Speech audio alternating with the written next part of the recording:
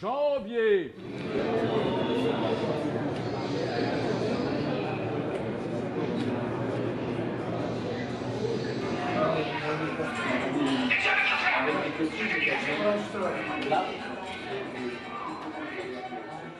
On ne retient pas de dialogue réellement de Funès. On retient son jeu qui est un jeu burlesque qui est hérité justement de ses pairs du burlesque qu'il aimait tant, c'est-à-dire Max Linder, c'est-à-dire Harold Lloyd, Buster Keaton, Charlie Chaplin bien sûr, et puis c'est Chéri qui était Laurel et Hardy. Donc là, on est vraiment dans cette ambiance. L'ambiance, c'est des gendarmes. Les gendarmes, sont partout. Les documents du départ de la première demande de sauvage. Et à l'époque, l'acteur devait être brut. Et ben, il réussit à syncrétiser dans le même personnage tous les défauts que peut avoir un humain. Et ça ne nous empêche pas de l'aimer. C'est ça qui est extraordinaire, c'est que plus il est détestable, plus il est sympathique.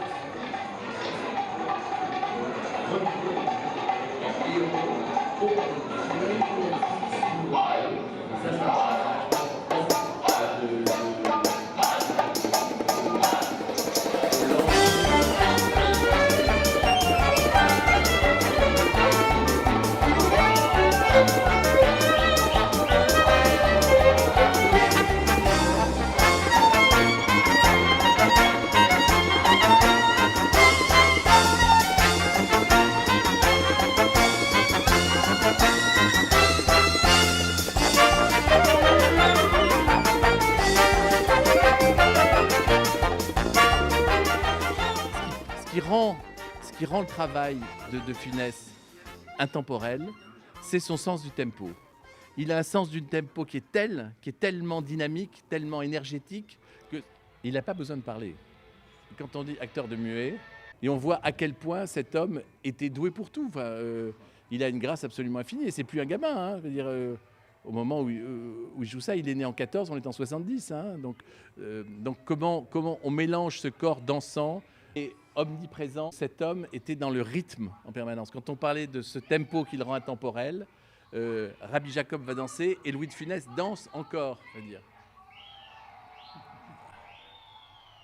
Il a monté les marches une par une jusqu'au sommet du cinéma européen. C'était la plus grande star, le plus grand comédien du cinéma européen des années 60 et 70. Voir que ces films traversent le temps avec, je dirais, autant de grâce, ça fait vraiment plaisir, quoi. Et ce qui est particulier, c'est que la croissance de ses cheveux est inversement proportionnelle à la croissance de la France et à la croissance de sa carrière. Donc, mais bon, ce sont les accidents de la vie.